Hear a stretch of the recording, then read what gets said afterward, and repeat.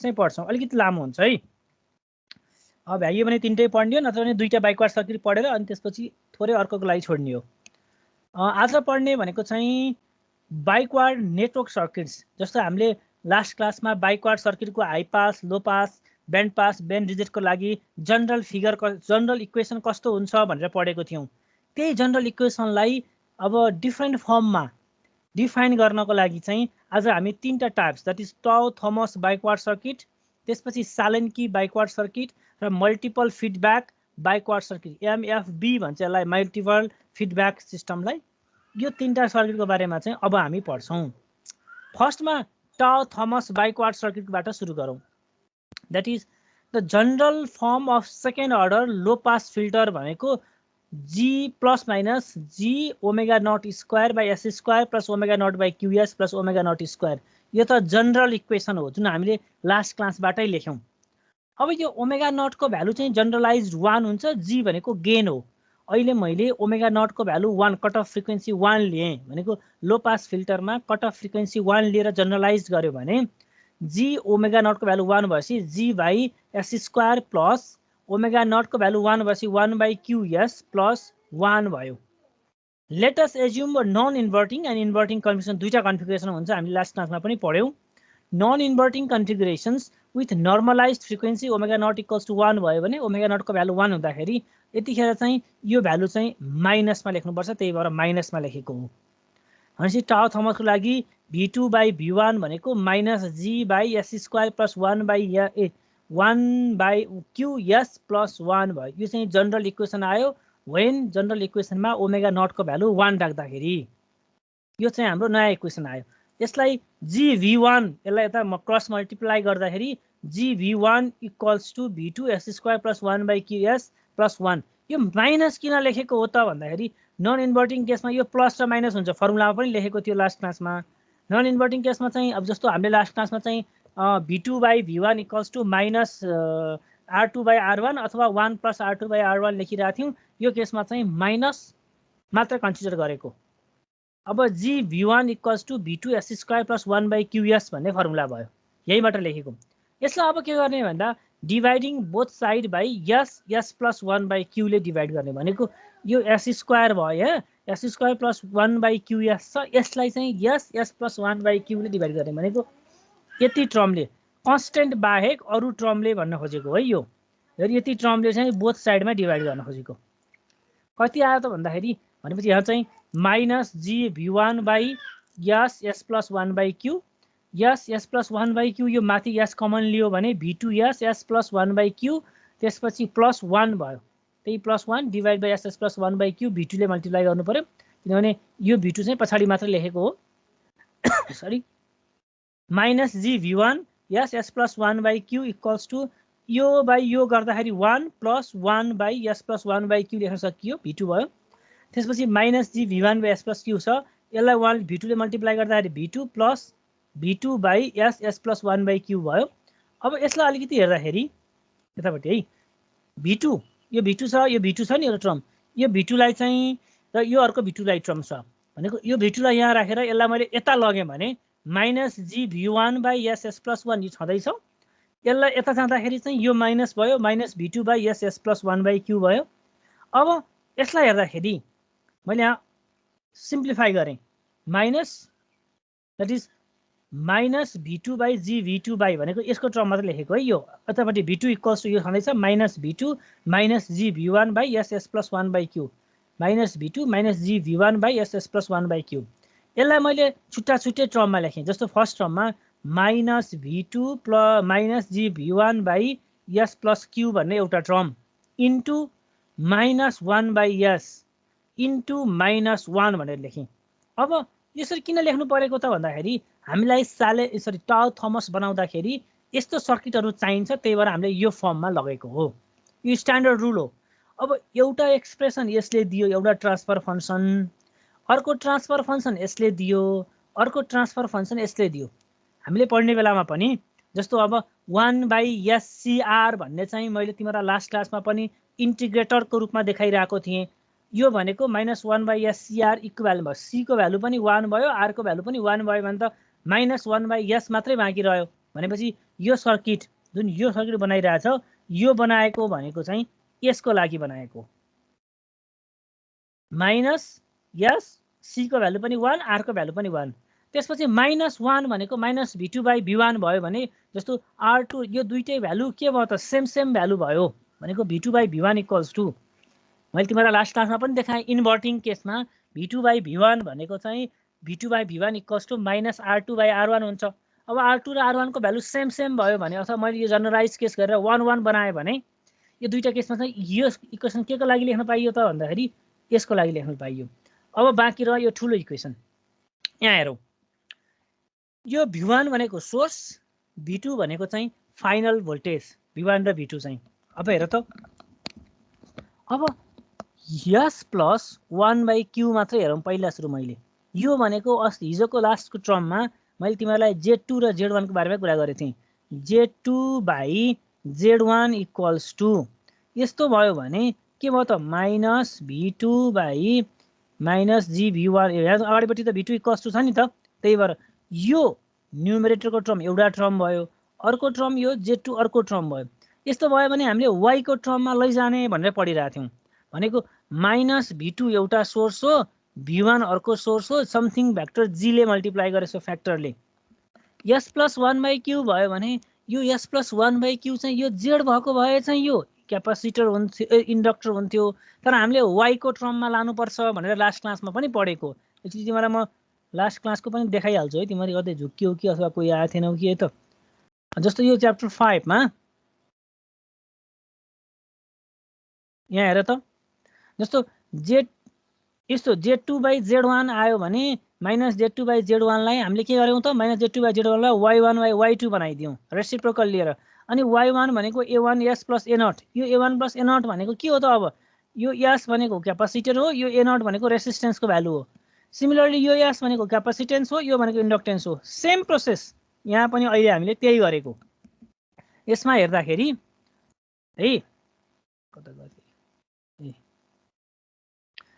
यसमा हेर्दाखेरि अब दुईटा टर्म न्युमरेटर र डिनोमिनेटर न्युमरेटरको लागि एउटा टर्म y1 लेख्नु पर्यो यो चाहिँ अर्को चाहिँ y2 भनेर लेख्नु पर्यो। अब y1 y2 लेख्ने बेलामा -z2/z1 लेखेको भनेको y1/y2 हो। यो y1/y2 लेख्नु भनेको चाहिँ हामीले यो y1 भनेको के भयो त अब भन्दा यो इनपुटमा भयो इनपुटमा के भयो त -v2 भयो भनेको माइनस कमन लिए भने v2 सोर्स भइहाल्यो। त्यसपछि v1 सोर्स भयो यो g ले मल्टिप्लाई गरेको छ। अब यहाँ सर्टेन यहाँ हामीले एम्प्लिफिकेसन फ्याक्टर g राख्न सकियो अहिले मैले 1 माने। त्यसपछि s + 1/q भनेको यो s भनेको के हो त क्यापेसिटर 1 भयो रेसिस्टेन्सको भ्यालु 1/1/q भनेको चाहिँ q भयो भनेपछि यो सर्किटले कुनलाई जनायो त अब भन्दाखेरि यो ट्रान्सफर फंक्सनलाई जनायो। यसले कुनलाई जनायो यो ट्रान्सफर फंक्सनलाई जनायो यसले कुनलाई जनायो यो ट्रान्सफर फंक्सन जनायो। अब यसरी हेर्दाखेरि रेसिस्टेन्स छ त्यही भएर लस्सी इन्टिग्रेटर भयो यो चाहिँ लस्सी इन्टिग्रेटर यो इक्वेसन यो टर्म चाहिँ यो चाहिँ के भयो इन्टिग्रेटर भयो वी आर र सी को भ्यालु 1 1 भयो यो चाहिँ जस्ट इन्भर्टिङ ओप एम्प मात्रै भयो तीनटा इन्भर्टिङ यो तीनटैलाई कम्बाइन गर्यो भने हामीले के पाउँछौँ त भन्दाखेरि कम्बाइनिङ अल दिस गिव्स द टाउ थमस बाइक्वार्ड सर्किट। यो सबैलाई कम्बाइन गर्यो भने टाउ थमस बाइक्वार्ड सर्किट आउँछ। अब हेरौँ त के कसरी कम्बाइन गर्ने। यसको टुप्पोमा लगेर यो जोड्दिने अरु केही पनि गर्ने होइन है भनेको अर्थ जस्ट हामीले जसरी सिरिजमा राखिरहेका छौं त्यसलाई लगेर मैले यो टुप्पो लगेर यहाँ जोड्दिएँ यो टुप्पो लगेर चाहिँ मैले यहाँ जोड्दिएँ अनि अब यसरी देखियो जुन देखिरहेको छ हाम्रोमा। अब अर्को चाहिँ एउटा फिडब्याक रेसिस्टेन्स चाहिँ 1 छ यो फिडब्याक चाहिँ सबैलाई 1 हो यो भनेको v2 हो यो भनेको चाहिँ v1 हो। यसको लागि के कुरा गरेको मैले यसको लागि यो v2 हो यो v1 हो यसको लागि यो v2 हो यो v1 हरू हो भनेपछि यो v2 भन्ने जुन आइरहेछ नि यो त आउटपुटबाट यसरी आएको भोल्टेज यहाँ लगाएर जोडेको हो नि त v2 त भनेपछि हामीले यो v2 लेख्नु परिराखेन यो चाहिँ फिडब्याकबाट आएको यो रेसिस्टेन्स पनि कहाँ राख्नु पर्यो त फिडब्याक रेसिस्टेन्समा राख्नु पर्यो। भनेपछि हेरै यति जे छ मैले त्यति नै बनाएँ यति टर्म यो वर्ड एउटा छोड्दिएँ यो लिएर यहाँ यो जति छ यो माथिपट्टिको टर्म जे छ नि यो देखायो भने चाहिँ यो भ्यालु के यति यो भ्यालु भयो यो भ्यालु भनेको यति भयो। यो r1 किन लेखिएन त यहाँ v2 छ V2 भनेको त आउटपुट भोल्टेज हो। यो V2 नै यहीँ लगेर जोडेपछि त सिधै V2 लेख्नु पाइएन, अर्को सोर्स चाहिएन। अनि फिडब्याक रेसिस्टेन्समा यो 1 छ, त्यही भएर यो 1 आएको चाहिँ यहाँ चाहिँ यो R2 आएको। त्यसपछि यो भ्यालु आयो। यो भ्यालु भनेको चाहिँ यो भ्यालु R2, यो भ्यालु क्यापासिटेन्सको भ्यालु R क्यापासिटर। त्यसपछि फेरि अर्को भनेको यो सरी यो भनेको चाहिँ यो 1 1 हुने रेसिस्टेन्स छ अहिलेको केसमा, तर उहाँ जनरलाइज गरेको भएर 1 1 आएको हो। अहिले चाहिँ R5 R6 भनेपछि यो फिगर जुन बनाउन जान्नु पर्यो, यो भनेको चाहिँ थमस बाइक्वार्ड सर्किटको फिगर हो। भने के जान्नुपर्छ भन्दाखेरि एउटा लस्सी इन्टिग्रेटर, एउटा इन्टिग्रेटर, अर्को चाहिँ इन्भर्टर ओप्याम्प, यो तीनटा मिलेर चाहिँ हाम्रो के बन्छ भन्दाखेरि लो पास लो भन्छ यहाँ थमस बाइक्वार्ड सर्किट भन्छ। This is a general standard equation of Thomas biquad circuit. अब एनालाइसिस गर्नु पर्यो सर्किटलाई। यहाँसम्म कसैलाई के प्रब्लम छ कि सोधिहालौँ सर? सरी, यहाँसम्म कसैलाई केही प्रब्लम छ सर? हजुर ल भन। रेजिस्टेन्सको भ्यालु 1/q छ, q कसरी भएको र? ए यस्तो हो के, तिमीले यहाँ हेरेनछौ अस्ति हिजो क्लासमा। ल हेर त, मैले जस्तो यहाँ y1 equals to a1s plus a0 लेखेँ कि लेखिनँ? हजुर सर। यो लास्ट मासको यो दुईटा टर्म केमा हुन्छ? पहिला सुरु सिरिजमा हुन्छ हैन? हजुर। सिरिजमा हुँदाखेरि यो a1s भन्नेले चाहिँ क्यापासिटर देखाउँछ, यो a1 भन्नेले के देखाउँछ? रेसिस्टर देखाउँछ। अब रेसिस्टिभ भ्यालु प्यारललमा लएर राख्दाखेरि हेर त, यहाँ y1 भनेको के लेख्यो हामीले भन्दाखेरि a1s प्लस a0 लेख्यो। यो वास्तवमा कहाँबाट आएको? जेडबाट आएको हो हैन र? हो सर। जेडबाट आएपछि 1 बाई के लेख्नु पर्यो भन्दाखेरि a1s प्लस a0 लेख्नु पर्यो। अनि यो क्यापासिटर लेख्नको लागि त हामीलाई के लेख्नुपर्छ भन्दाखेरि जेडको टर्ममा 1 बाई या आरसी भनेर अथवा सिआर भनौँ न सजिलो, यसरी सिएस भएपछि बल्ल क्यापासिटेन्स हुन्छ। जस्तो ए0 भनेको चाहिँ के हो त यहाँ भन्दाखेरि 1/CS भएको भयो। यो त वास्तवमा इन्डक्टेन्सको टर्म जस्तो देखिन्छ नि हेर्दाखेरि त, जेडको टर्ममा लेख्दाखेरि होइन र? हजुर। यसको हाम्रो क्यापासिटेन्सको टर्ममा लेख्ने बेला त 1/CS हुनुपर्ने होइन र? हो भनेपछि 1/CS टर्म लेख्ने बेलामा चाहिँ त यसलाई त रेसिप्रोकल गरेको भएर नै यस्तो आएको हो होइन? हजुर। भनेपछि यसलाई पनि त रेसिप्रोकल गर्नु पर्यो नि त। हजुर। त्यही भएर यहाँ चाहिँ रेसिस्टेन्सको भ्यालु चाहिँ 1/A0 हो। क्यापासिटेन्सको भ्यालु कति हो त? अब यो C को भ्यालु चाहिँ 1/CS मा C को भ्यालु कति भयो? यो A1 नै भइहाल्यो। त्यही भएर यो A1 लेखेको रेसिप्रोकल लेख्दाखेरि के। तर तिमीहरूलाई जस्तो फर अर्को एउटा इक्जाम्पल हेरौँ है यहाँ है त। जस्तो Z equals to 5S plus 1 भयो।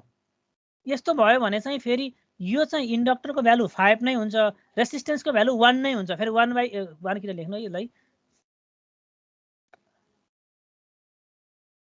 यसलाई चाहिँ मैले 6 लेखेँ। 6 लेखेँ भने यो इन्डक्टरको भ्यालु 5 नै हुन्छ, रेसिस्टेन्सको भ्यालु 6 नै हुन्छ। तर यो जेड नभइकन यो वाई भयो भने चाहिँ यो क्यापासिटर बन्छ 5 को भ्यालु, इन्डक्टर यसरी यो रेसिस्टर बन्छ 1/6 को भ्यालु। यसरी अपोजिट हुन्छ के। बुझ्यो? जहिले पनि त्यही हो। त्यही भएर यहाँ चाहिँ अब हामीले के गर्यौँ त भन्दाखेरि अहिले लेख्दाखेरि चाहिँ यहाँ चाहिँ यो 1s प्लस 1/q, यस भनेको क्यापासिटर, त्यो क्यापासिटेन्सको भ्यालु 1 नै भइहाल्यो। यो 1/q भएको चाहिँ 1 डिभाइड बाई 1/q भएको भएर q भयो। त्यसपछि माथिपट्टि के छ त? v2 र v1 छ, 1 1 छ कोफिसिएन्ट भनेपछि यो v1 भयो, यो v2 भयो, 1 1 कोफिसिएन्ट भयो। यो 1/SCR मा s र c र r को भ्यालु चाहिँ 1 1 राखेर इन्टिग्रेटर बनायो, यसमा v2/v1 गर्यो, 1 1 राख्यो। यो त जनरलाइज गरेर 1 लेखेको हो। तर तिमीले त हामीले त जनरलाइज गरेर 1 लेख्न त पाइँदैन। इन जेनरल फर्म लेख्ने बेलामा त यो R1 हुनु पर्यो, यो रेसिस्टेन्स चाहिँ V2 सँग जोडिएको भएको भएर हामीले सिधै यो V2 भनेको आउटपुटको भोल्टेज हो। त्यही भएर हामीले के गर्यौँ भन्दाखेरि यो भोल्टेजलाई लगेर सिधा यहाँ जोड्यौँ। यो रेसिस्टेन्स भनेको फिडब्याकको रेसिस्टेन्स भयो, त्यसो भएर यहाँ गयो भनेपछि यो R1 भयो, यो R2 भयो भनेपछि यो यो R2 भयो। त्यसपछि R1 भनेको चाहिँ यो R1 C1 यहाँ लेखेछ, यो R1 हो, उल्टो लेखेछु मैले, R1 र C1 चाहिँ। भनेपछि यो रेसिस्टेन्सको भ्यालु R1, यो भनेको Q, यो C1 भनेको चाहिँ 1। यसरी लेखेको C1 यो R2 भयो, त्यसपछि यो R3 R4 यो R5 यो पनि R5 नै किन लेखेँ भन्दाखेरि R6 लेखे पनि यहाँ केही खलक चाहिँ हुँदैन, किनभने यो दुईटा इक्वेसन चाहिँ सेम हो, किनभने V2/V1 को भ्यालु -1 हुनुपर्छ भनेको छ। त्यही भएपछि यो पनि R5 यो पनि R5 लेखेको हो। नयाँ रेसिस्टेन्स लेखेर R6 अनि R6 = R5 लेख्नु पनि पाइन्छ। यो चाहिँ हाम्रो के हो त भन्दाखेरि टाउ थमस इक्वेसनको जनरल इक्वेसन भयो, स्ट्यान्डर्ड इक्वेसन भयो। यो इक्वेसन टाउ थमस भन्ने बित्तिकै तिमीलाई यस्तो बनाउन चाहिँ अब जानिहाल्नुपर्छ, डिराइभ गर्न पनि जान्नु पर्यो। यसरी आएको जनरल इक्वेसनबाट सुरु गरेर यहाँसम्म पुर्याउनु पर्यो। गर्न सक्छ यहाँसम्म? सकिन्छ सर। सकिन्छ। ल अब अगाडि बढौँ, सर्किटलाई एनालाइसिस गरौँ। अब सर्किट एनालाइसिस गर्न खोजेको मैले यो V2 भयो, यो मैले V02 भनेर लेखेँ, यसलाई V01 भनेर चाहिँ अहिले इन्टरमिडिएट भोल्टेजको रूपमा चाहिँ output voltage V2, input voltage V1, intermediate voltage चाहिँ V02 र V01 चाहिँ इन्टरमिडिएट भोल्टेज भनेर भनेको। अब आउटपुट भोल्टेज V2 भन्यो भने हामीले के लेख्न पाइयो भन्दाखेरि V2/V1 लेखौँ न सधैँ सजिलो, तिमीलाई अझै सजिलो बनाउनको लागि। यो V2 भयो डिभाइड बाई V1 भनेको त V02 छ। V2/V01 = -R5/R5 भयो। अब V02 भनेको के हो त? इन्टिग्रेटर हो। इन्टिग्रेटरको रूपमा चाहिँ अस्ति लास्ट क्लासमा हामीले इन्टिग्रेटरको रूपमा भने त मैले तिमीलाई यही स्लाइडमा देखाएको हो, इन्टिग्रेटर भनेर यहाँ देखाएको थिएँ एउटा। इन्टिग्रेटरमा भनेको V0 भनेको -V1/RC हुन्छ भनेर मानेको यहाँ लेखेकै छ। V0 भनेको -V1/RC आउँछ। त्यही कुरालाई चाहिँ मैले यहाँ पनि लेखेको भनेको V02 भयो आउटपुट भोल्टेज, V02 = -1/RC भनेको R4 × C2 भयो, V01 भनेको यसको इनपुट भोल्टेज भयो, त्यही लेखेको छ। भनेपछि अब V2 को भनेको टर्मलाई कसरी लेख्न सकियो हेर त यहाँ। V2 भन्ने टर्मलाई चाहिँ VR4/R5 चाहिँ 1 भइहाल्यो। V02 भनेको -1/R4C2 1/R4C2 अनि यो S V02 यहाँ S लेख्न बिर्सेँ चाहिँ V2S/01 चाहिँ V01 भयो। यही S हो है, यो मैले यहाँ लेख्न बिर्सेर हो, द्याट इज यस हेयर। यहाँ यस छ है यो, किनभने V02 भनेको 1/RCS लेख्नु पर्यो नि त, क्यापासिटेन्सको टर्म्स लेख्ने होला। त्यही भएर V02 = 1/R4C2S/V01। अब अगाडि हेरौँ त, एगेन V1 भनेको के हो त भन्दाखेरि यहाँको लम्ब लेख्नु पर्यो नि। अब सरी, V1 भनेको -1/1 + R1C1S V1/R3 + 1/V2/R2। यो भनेको चाहिँ यहाँबाट लेख्न खोजेको है। यहाँबाट चाहिँ यहाँ लेख्ने बेलामा चाहिँ अब V2 = जताततै गल्ती लेख्छ, ठिक छ। V1 = -R/, यो के कहाँनिर लेखेको त भन्दाखेरि यहाँबाट लेख्छ। हेरि यो नोडमा लेख्नु पर्यो भने यतातिरको नोडको करेन्ट प्लस यतातिरको नोडको करेन्टको जुन रेसियो लेखेको छ त्यो रेसियो लेख्ने बेलामा चाहिँ V1 = -R1/1 + R1C1S V01 × V1/R3 + V2/R2 लेख्न खोजेको। यो टर्ममा लेखेको के, यसको टर्ममा चाहिँ V2 राख्ने बेलामा। अब यही क्वेसनमा लगेर हामीले यहाँ राख्यौँ भने V2 = यसलाई यतातिर जाँदाखेरि V2 = -1/R4C2S V2/R2 + V1/R3 R1 + this. यो चाहिँ अझै कपीमा पनि तिमीलाई म एउटा PDF फाइल पठाइदिन्छु, कन्टिन्युअस इक्वेसन हेर्दाखेरि सजिलो हुन्छ, जस्ट तिमीले हेऱ्यौ भने पनि जानिन्छ। त्यसपछि यहाँबाट V2 कमन लिने, V2 कमन लिएर 1 + R2/R3 R4 C1 R1 + R2 V1 R1, यो जे काटिन्छ काट्नु पर्यो। यो काटिसकेपछि बाँकी के रहन्छ त अब भन्दाखेरि V2/V1 = यो टर्म बाँकी रह्यो। अब यहाँ त R1 R2 R2 R1 R2 त्यसपछि R2 R3 R4 C1 C2 C1 C2 त्यसपछि भनेपछि के बाँकी रह्यो भन्दाखेरि R1 R2 R3 तीनटा रेसिस्टेन्स, C1 C2 क्यापासिटेन्स। यसमा अब इक्वेसनबाट हेरौँ न, R1 हामीसँग थाहा छैन, R2 थाहा छैन, त्यसपछि R1 R2 R3 R4 चारवटा थाहा छैन, R5 चाहिँ 1 हुन्छ, त्यही भएर थाहा भयो, त्यसलाई केही गर्नु परेन। भनेपछि R1 R2 R3 R4 R को साइडमा, C को साइडमा C1 C2 दुईटाका हो। त्योहरू चाहिँ जे थाहा छैन त्यो सबै टर्महरूलाई यो एक्सप्रेसनमा लाने भनेको। जस्ट पहिला V2 निकाल्ने, त्यसपछि V1 मा चाहिँ नोडल एनालाइसिस लगाउने, त्यसपछि V2/V1 को रेसियो निकाल्ने। यो निकालिसकेपछि dividing by R1 R2 R3 R4 C1 C2 ले डिभाइड गरिदिने, तलमाथि नै R1 R2 divide by R1 R2 R3 R4 C1 C2 ले डिभाइड गर्ने, C1 C2।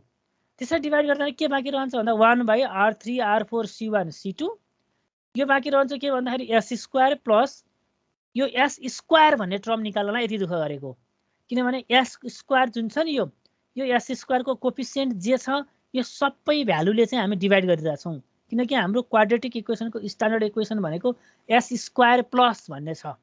त्यही भएर s square plus s by R1 C1 1 by this. अब यसलाई हामीले स्ट्यान्डर्ड इक्वेसनसँग कम्पेयर गऱ्यौँ, स्ट्यान्डर्ड इक्वेसनसँग कम्पेयर गऱ्यौँ भने भनेको या G omega naught square by s square plus omega not by Q S plus omega naught स्क्वायरसँग कम्पेयर गऱ्यो भने यो ओमेगा नट भनेको कति हुन्छ भन्दाखेरि द्याट इज यो भ्यालु हुन्छ।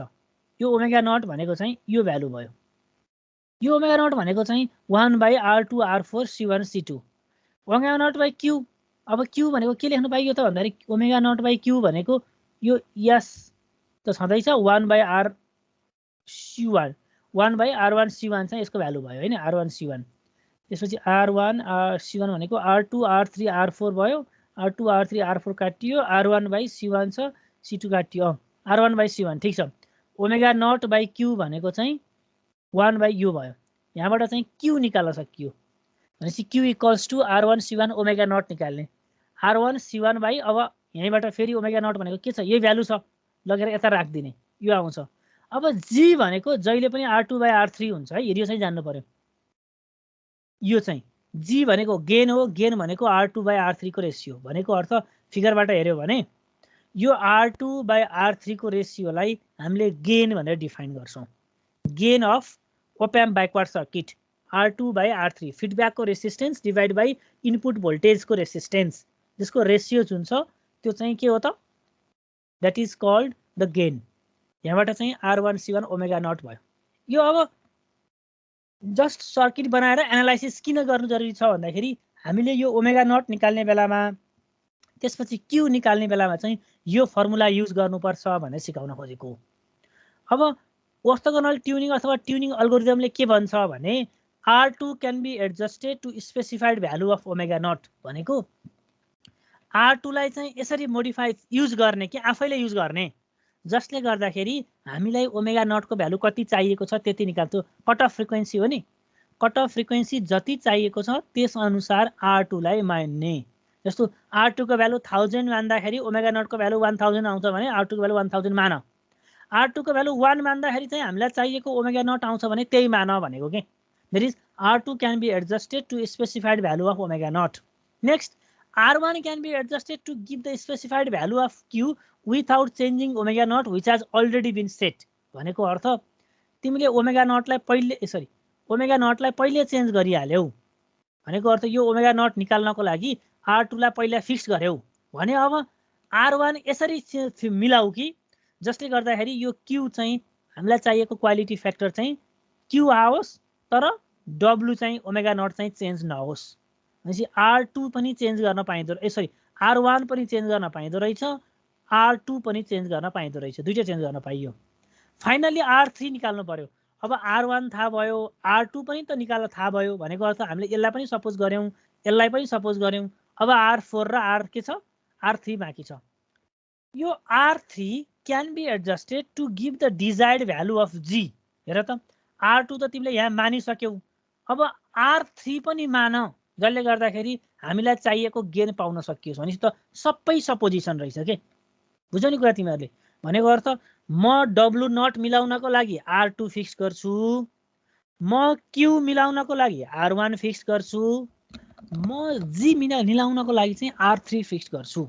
भनेको अर्थ मलाई गेन कति चाहिएको छ त्यस अनुसार म G मिलाउन सकेँ, तर मैले अगाडिपट्टि मिलाएको ओमेगा नट र क्यू नट चाहिँ त्यही भ्यालु युज गर्नु पर्यो। मैले W ओमेगा नट निकाल्नको लागि म R2 फिक्स गर्न सक्दो रहेछु, क्यू क्वालिटी फ्याक्टर निकाल्नको लागि R1 फिक्स गर्दो रहेछु। अब जनरलले के फिक्स गरिन्छ त भन्दाखेरि that is assume other values.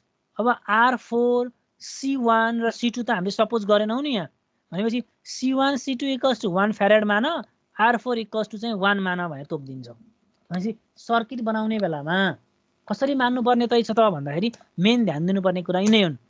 C1 C2 को भ्यालु 1 फ्यारेड मात्रै मान्ने, R4 को भ्यालु चाहिँ R4 भनेको चाहिँ 1 ओम मान्ने। जब R4 आउँछ R2 निकाल्नको लागि ओमेगा नटलाई फिक्स कति चाहिएको छ त्यस अनुसार ओमेगा नट निकाल्ने, किनभने ओमेगा नट भन्ने कुरा चाहिँ त ओमेगा नट यहाँ छ नि omega not 1/r2 r4 c1 c2 हो। c1 र c2 को भ्यालु 1 भइसक्यो, r4 को भ्यालु 1 भयो। मलाई ओमेगा नट कति चाहिएको छ त्यसअनुसार म r2 फिक्स गर्छु। जब r2 फिक्स हुन्छ, r2 फिक्स भइसकेपछि ओमेगा नट त मलाई आइसक्यो, r1 म फिक्स गर्छु। c1 को भ्यालु त 1 छँदैछ, यहाँ r2 त आइसक्यो। भनेपछि अब यो q कति चाहिएको छ त्यसअनुसार म r1 फिक्स गर्छु। जब r2 फिक्स भइसक्यो, मलाई g कति चाहिएको छ त्यसअनुसार म r3 फिक्स गर्छु। यो न्युमेरिकलमा पनि आउँछ है, यसरी गर्नुपर्छ भनेर। नाउ फर द ब्यान्ड पासको लागि, यो चाहिँ के को लागि हो त भन्दा लो पासको लागि। यति जुन सपोज गरिरहेछौँ नि हामीले, अनि जुन स्लाइड फिगर बनायौँ हामीले, यो बनाएको पनि लो पास टाउ थमस लो पास फिल्टर हो। किनभने कुनसँग कम्पेयर गऱ्यौँ त भन्दाखेरि योसँग कम्पेयर गऱ्यौँ हामीले। त कम्पेयर गरेको त लो पास फिल्टरसँग कम्पेयर गरेको हो नि। त्यसो भएर त्यो भनेको चाहिँ हाम्रो योसँग कम्पेयर गर्दाखेरि चाहिँ यो जुन आइरहेको छ यो भनेको लो पास हो। सिमिलरली अब band pass, now for the band pass फिल्टरको लागि V01/V1 भनेको चाहिँ V2/V1 इन्टु V02/V2 V01/V02 गर्नु पर्यो। भनेको इन्टरमिडिएटली मल्टिप्लाई गर्दै जानु पर्यो। भनेको अब V2/V1 भनेको पनि यहीँबाट निकाल्न सक्यो। V2/V1 भनेको यही भइहाल्यो। त्यहीँबाट चाहिँ यो V2/V1 को जति जति टर्म आउँछ त्यो टर्महरू एनालाइसिसको रूपमा लेख्न सकियो। यतिखेर के हुन्छ भन्दाखेरि जी भनेको चाहिँ र यो लो पासमा चाहिँ R2/R3 गर्ने, तर ब्यान्ड पास भयो भने गेन भनेको R1/R3 हो। R1/R3 भनेको गेन हो। अब ब्यान्ड पास फिल्टरको लागि चाहिँ ओमेगा 1 अथवा ओमेगा 2 निकाल्नको लागि यो फर्मुला युज गर्ने, द्याट इज 1 + 1/2q को स्क्वायर प्लस माइनस 1/2q गर्ने फर ओमेगा नटबाट। ओमेगा नट स्क्वायर भनेको ओमेगा 1 ओमेगा 2 हो। त्यो भनेको ब्यान्डविड्थ भनेको ओमेगा 2 - ओमेगा 1 ओमेगा नट/q युज गर्छौँ। फर्मुला त अस्ति जुन हामीले पढेको थियौँ त्यही स्ट्यान्डर्ड फर्मुला नै हो यो फर्मुला त, जस्ट भ्यालुजहरू। हामीलाई यो ब्यान्ड पास त्यति इम्पोर्टेन्ट होइन, इम्पोर्टेन्ट भनेको चाहिँ लो पास नै हो है। अब हामी एउटा एक्जाम्पल हेरौँ, हाम्रो एक्जाममा कस्तो क्वेसन आउँछ र कसरी गर्ने भन्ने कुरा हो है। That is design a low pass filter tau Thomas biquad circuit with the poles -577 +-j806.5 and DC gain of 2. The final circuit should consist of practically realizable value. Practically realizable values भनेको क्यापासिटरको value सानै हुनु पर्यो, अनि त्यसपछि रेसिस्टेन्सको value चाहिँ साह्रै सानो हुनु भएन, ठुलो हुनु पर्यो, त्यसरी भन्न खोजेको है। एक सेकेन्ड है ल। अब पहिला सुरु हामीलाई पोल दिएको छ क्वेसनले। के पोल दियो भन्दाखेरि -577 +-j भनेको अर्थ टाउ थमस बाइक्वार्ड सर्किटको मैले पोल बनाएँ भने यसरी बनाउँदाखेरि, यसरी राख्दाखेरि है, यहाँबाट चाहिँ यो प्लस -577 चाहिँ यता गयो, त्यसपछि यो भनेको चाहिँ 861 चाहिँ +j र -j चाहिँ यहाँबाट दिएको। भनेपछि एउटा यो पोइन्ट दियो, अर्को चाहिँ यो पोइन्ट दियो भन्न खोजेको। के गर्ने मैले बट्टा ल्याएको छु, चोखोज राख्ने चाहिँ अर्को बट्टा होला नि त। ल त्यसपछि हाम्रो यो जुन दिएको छ यो अल्फा दिएको हो, यो बिटा दिएको हो। अब अल्फा र बिटाको रिलेसन निकाल्ने भनेको यो त हामीले पढेको होइन, तर जहिले पनि के हुन्छ भन्दा ओमेगा नट/2q भनेको चाहिँ अल्फा, ओमेगा नट भनेको अल्फा स्क्वायर प्लस बिटा स्क्वायर, ओमेगा नट/2q अल्फा हो भने यो अल्फा भनेको 577 हो भने जान्नु पर्यो यो भ्यालु। त्यसपछि ओमेगा नट भनेको अल्फा स्क्वायर प्लस बिटा स्क्वायर 577 को स्क्वायर प्लस 816.5 को स्क्वायर गर्दाखेरि 1000 रेडियन पर सेकेन्ड आयो। अब यहाँबाट चाहिँ के निकाल्न सकियो भन्दाखेरि ओमेगा नट निकालियो, अल्फाको भ्यालु गिभन छ भनेपछि यहाँबाट क्यू निकाल्न सकियो। क्यू भनेको 1000 / 2577 गरेर क्यू निकालियो। भनेपछि ओमेगा नट निकाल्यो, अल्फा निकाल्यो, क्यू निकाल्यो, तीनटा निकालिसक्यो। अल्फा र बिटा गिभन छ। अब ओमेगा नट इक्वल्स टु हेर्नु यहाँ यति भ्यालु निकाल्यौँ नि, अनि 1000 रेडियन पर सेकेन्ड निकाल्यौँ। तर हामीले अब के सपोज गऱ्यौँ भन्दाखेरि omega not equals to 1 suppose गऱ्यौँ। किन यस्तो 1 सपोज गरेको? ओमेगा नट भनेको कट अफ फ्रिक्वेन्सी हो। त्यो क्रिटिकल फ्रिक्वेन्सीलाई चाहिँ 1 मान्यो भने चाहिँ हामीलाई चाहिँ गर्न सजिलो हुन्छ। जस्तो दिस इज अ कल नर्मलाइजेसन गर्न खोजेको के। अब नर्मलाइजेसन गर्दाखेरि ओमेगा नटको भ्यालु के निकाल्ने भन्दाखेरि हेर यहाँ ओमेगा नट निकाल्नको लागि हाम्रो यहाँ फर्मुला थियो नि, ओमेगा नट भनेको 1/r2 r4 c1 c2, त्यही फर्मुला लेखेको यहाँ।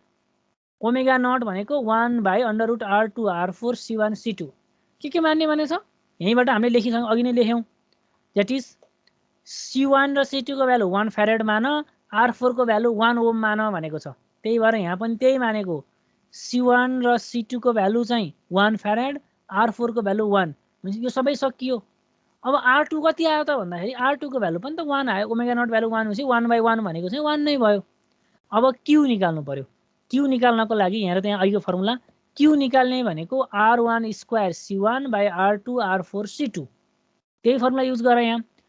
R1 square C1 square under root भित्र लाँदाखेरि चाहिँ R1 R4 C2। यो Q भनेको चाहिँ 0.866 आयो। त्यसपछि R1 को भ्यालु कति आउँदो रहेछ त अब भन्दाखेरि अब R1 को भ्यालु भनेको चाहिँ Q को भ्यालु 1 सपोज गर्दाखेरि चाहिँ 0.866 अथवा 0.87 ओम माने मैले R1 को भ्यालु चाहिँ। R1 के भनेछ? R1 यसरी सपोज गर्ने कि जस्तो गर्दाखेरि हाम्रो Q चाहिँ फिक्स्ड होस्। Q आवश्यकता अनुसार हामी R1 फिक्स गर्न सक्छौं। यो भ्यालु जति आउँछ त्यही भ्यालु मानिदियो भने त R1 को भ्यालु आयो नि त। त्यही भएर R1 को लागि सपोज गरेको है। Q equals to this. यहाँबाट Q को भ्यालु निकाल्यो 0.866। 0.866 निकालेको भ्यालु भनेको चाहिँ R1 square C1 square by R1 R4। यो C1 R2 को भ्यालु चाहिँ 1 आएको छ। त्यसपछि R4 1 सपोजिसन छँदैछ। यो R4 भनेको 1 भइहाल्यो। C1 र C2 भनेको 1 भइहाल्यो। त्यसपछि R2 स्क्वायर बाई 1 भनेको चाहिँ एउटा काटिँदाखेरि 1 R मात्रै बाँकी रह्यो। R भनेको चाहिँ यो हुँदा जति हुन्छ नि यो भनेको चाहिँ 0.86 हुँदो रहेछ। यसरी आएको R1 को भ्यालु चाहिँ यो भनेको भ्यालु R1 निस्किसकेपछि अर्को भनेको क्वेशनले के दिएछ भने द DC गेन अफ 2 भनेछ। हामीले यहाँ पनि हेर्यौं gain G equals to R2 by R3 use गर्ने भनेको छ। भनेपछि यहाँबाट अब R2 by R3 equals to 2 छ। R2 को भ्यालु कति निस्केको छ? 1 निस्किसक्यो माथि। R2 को भ्यालु त यहाँ निस्किसक्यो। R2 को भ्यालु 1 निस्कियो भनेपछि R2 बाई R3 भनेको 2 हो। DC गेन 2 भएको भएर 2 equals to 1 by R3। R3 भनेको यति भयो। भनेपछि अब हामीले R1 यहाँ निकाल्यौं। हामीलाई के चाहियो त भन्दाखेरि R1 R2 R3 R4 चाहियो। फर्स्टमा R1 यहाँ निस्कियो, R2 यहाँ निस्कियो, R3 यहाँ निस्कियो, R4 यहाँ निस्कियो। भनेपछि R1 R2 R3 R4 भयो। C1 र C2 भयो। भनेपछि अब हामी सर्किट बनाउन सक्छौं। सबै कुरा भयो नि। R1 R2 C1 C2।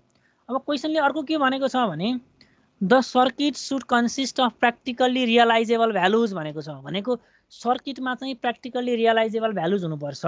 जस्तो त्यो भनेको जनरली स्केलिङ गर भनेको हो के। स्केलिङ गर्नको लागि चाहिँ हामीलाई के चाहियो त भन्दाखेरि क्यापासिटेन्सको भ्यालु हामीले 1 फ्यारेड मानेको छौं।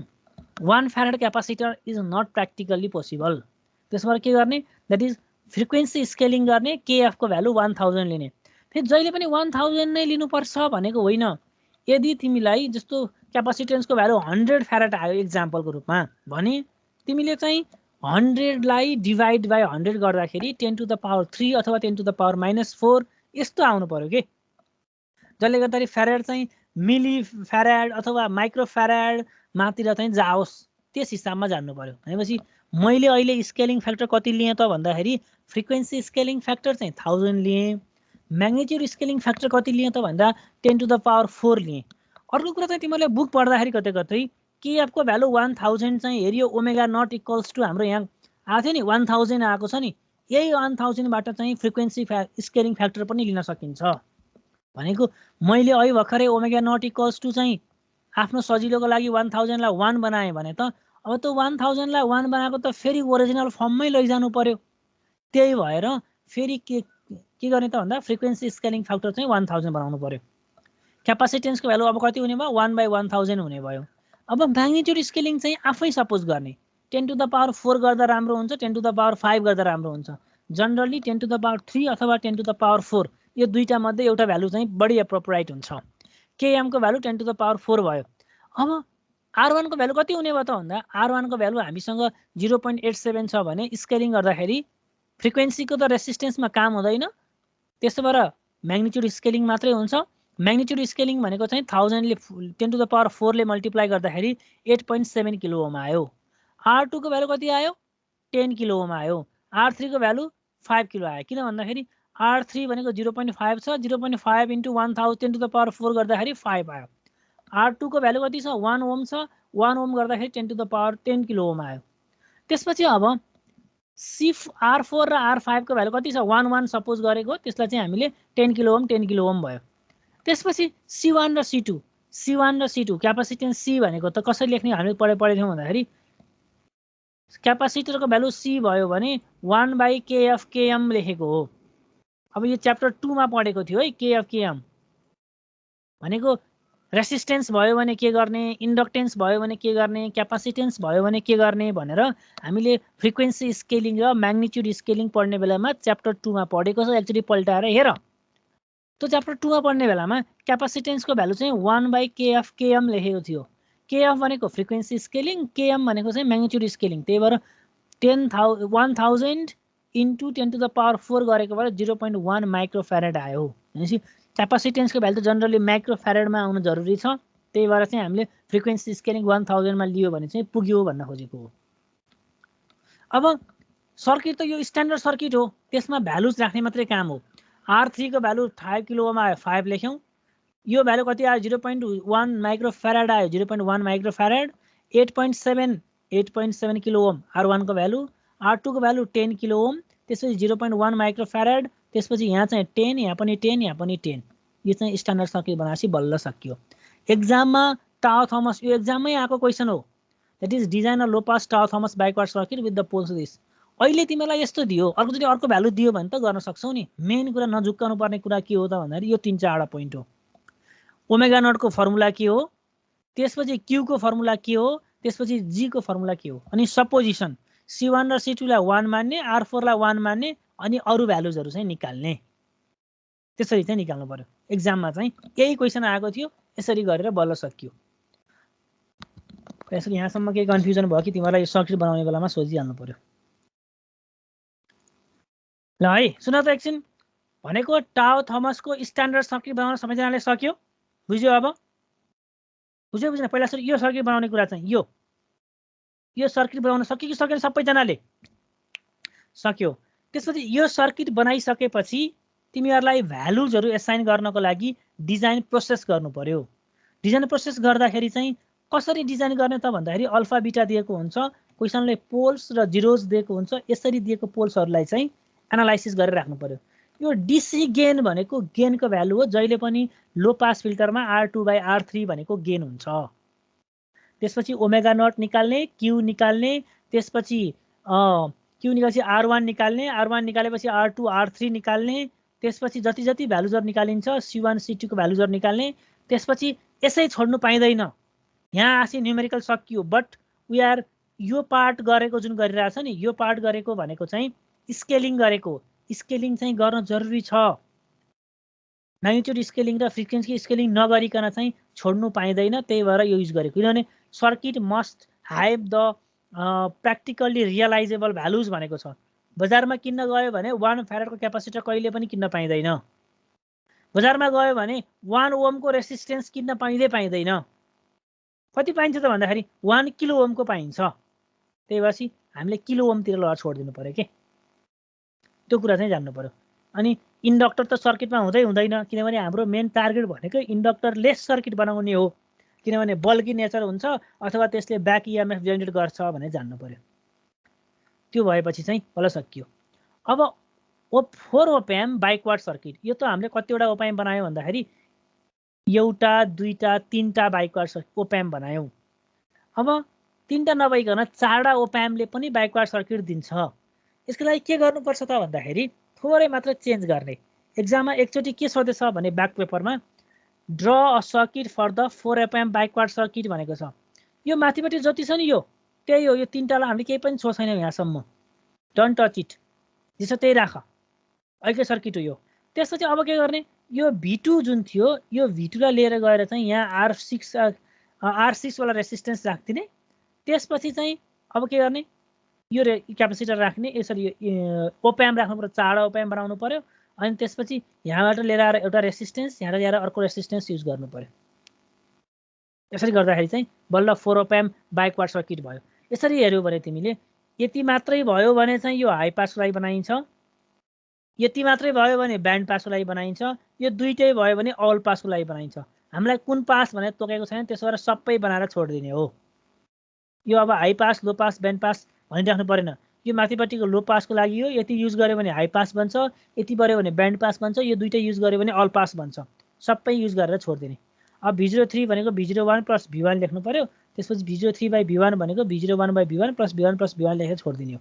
यसको चाहिँ सर्किट एनालाइसिस चाहिँ त्यति साह्रो इम्पोर्टेन्ट छैन बरु है। भनेपछि 3 ओप्यामबाट 4 ओप्याम ब्याकवार्ड सर्किट बनाउनको लागि चाहिँ यति पहाड थप्नु पर्यो भने जान्नु पर्यो। बुझ्यौ नि तिमीहरूले? यो फिगर बनाएर एनालाइसिस गर्न। अनि यो एकचोटि एनालाइसिस हेऱ्यौ भने यो ब्यान्ड स्टपमा चाहिँ यति वर्ष यो आएको जुन इक्वेसन हुन्छ V3 बाई V1 सँग हामीले इक्विभ्यालेन्ट इक्वेसनलाई चाहिँ कम्पेयर गर्ने हो। फेरि एडिसनको रूपमा चाहिँ इन्भर्टिङ ओप्याम पनि बनाउन सकिन्छ मात्रै भनेको। अब मेन कुरा चाहिँ ट थोमसमा लो पास फिल्टरको न्युमेरिकल र डेरिभेसन चाहिँ इम्पोर्टेन्ट छ ट थोमसको केसमा। अब त्यसपछि नेक्स्ट सर्किट आउँछ, त्यो भनेको चाहिँ स्यालेन की सर्किट हो। ट थोमसमा जसरी हामीले स्ट्यान्डर्ड इक्वेसन बनाउन सिकेको थियौँ त्यसरी नै हामी स्यालेन कीमा पनि स्ट्यान्डर्ड सर्किट बनाउन सिक्नुपर्छ। सर्किट स्यालेन की भन्ने बित्तिकै तिमीहरूले हेरियो फिगर बनाइहाल्ने। यति फिगर चाहिँ यो चाहिँ स्यालेन कीको फिगर हो। यसमा के हुन्छ त भन्दाखेरि हामीसँग ओप्याम छ। ओप्याममा चाहिँ हामी के गरेछौँ, टर्मिनल प्लसमा चाहिँ हामी V1 दिएछौँ, R1 R2 प्यारललमा, त्यो चाहिँ हामी RC क्यापासिटर चाहिँ हामीले फिडब्याकमा युज गरेको छौँ। त्यसपछि RA र RB चाहिँ हामीले कहाँ युज गरेको छौँ भन्दाखेरि नेगेटिभको फिडब्याकको रूपमा चाहिँ हामीले युज गर्छौँ भोल्टेज डिभाइडर रुल लगाएर। यो चाहिँ स्ट्यान्डर्ड, यसलाई चाहिँ केही पनि चेन्ज हुँदैन है। यो स्यालेन कीको चाहिँ Sallen Key op-amp backward circuit that is given by the Sallen and Key in 1955 in MIT ल्याब। यो स्यालेन र की भन्ने साइन्टिस्टले 1955 मा MIT मा सर्किट बनाएको हो। यो सर्किटमा चाहिँ हाम्रो केही चेन्ज गर्नु चाहिँ पाइँदैन। जे छ स्ट्यान्डर्ड सर्किट त्यही नै हो। यसलाई एनालाइसिस चाहिँ गर्न सक्छौँ हामी, तर हामी चेन्ज गर्न चाहिँ सक्दैनौँ। For non inverting op-amp relation between V2 and VA is given by that is V2 by VA भयो भने चाहिँ यो है, यहाँ VA चाहिँ यहाँनिरको हो, त्यो लेख्न बिर्सिएछ।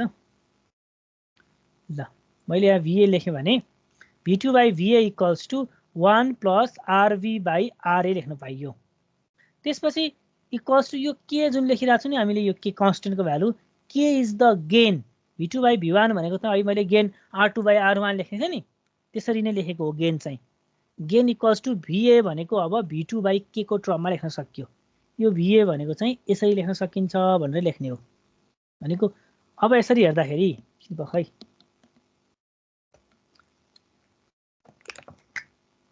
एक सेकेन्ड है, यो म स्यालेन की भन्दा अगाडिपट्टि तिमीलाई ट थोमसको अझै केही कुरा थियो कि कसैसँग सोध्न बिर्सिएछ। 1 सेकेन्ड है।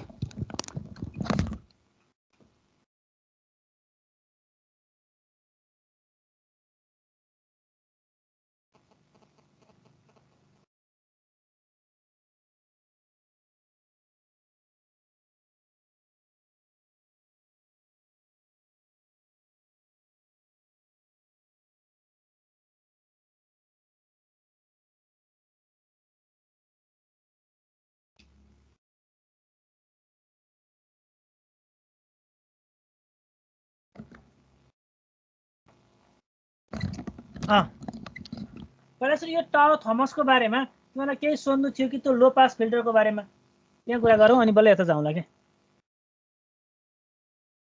यहाँ ट थोमसमा सर हजुर हजुर सर यो हामीले जुन इन्डक्टरलाई रिप्लेस गर्न अप एम्प युज गर्यौँ नि, त्यसमा के जस्तो इन्डक्टर युज गर्दा र अप एम्प युज गर्दा कुन चाहिँ कस्ट इफेक्टिभ हुन्छ?